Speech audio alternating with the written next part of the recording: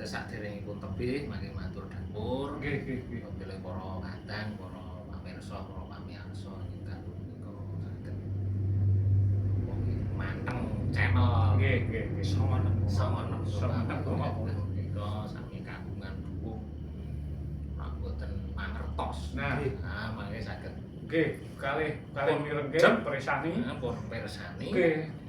Nggih, ning mangke nggih Iki nggon aku iki koyo mangke dugi dalu niki mangke dugi napa wong sae saking lajer ki mawon mangke pun Nggih, pun kathah dereng. Monggo kagungan lho 13. Waduh, wah dalu niki nembe ngrembang ing lajer. lajer lah nggih. Tekan-tekan gilirane.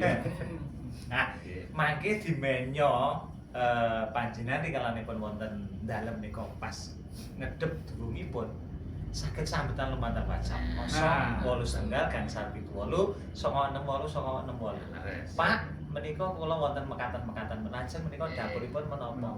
Kabeh ta, Mas? Nggih niku. Nggih, terus nggih.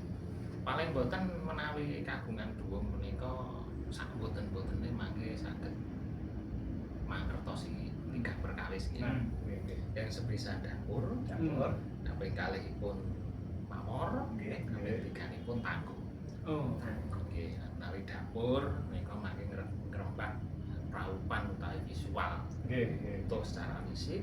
Nggih. Menawi pamor mangke lajeng ngrembak napa menika magayutan kalian ornamen. Nggih, Corak gambaripun wonten bilah nggih, wonten bilahipun. Nggih.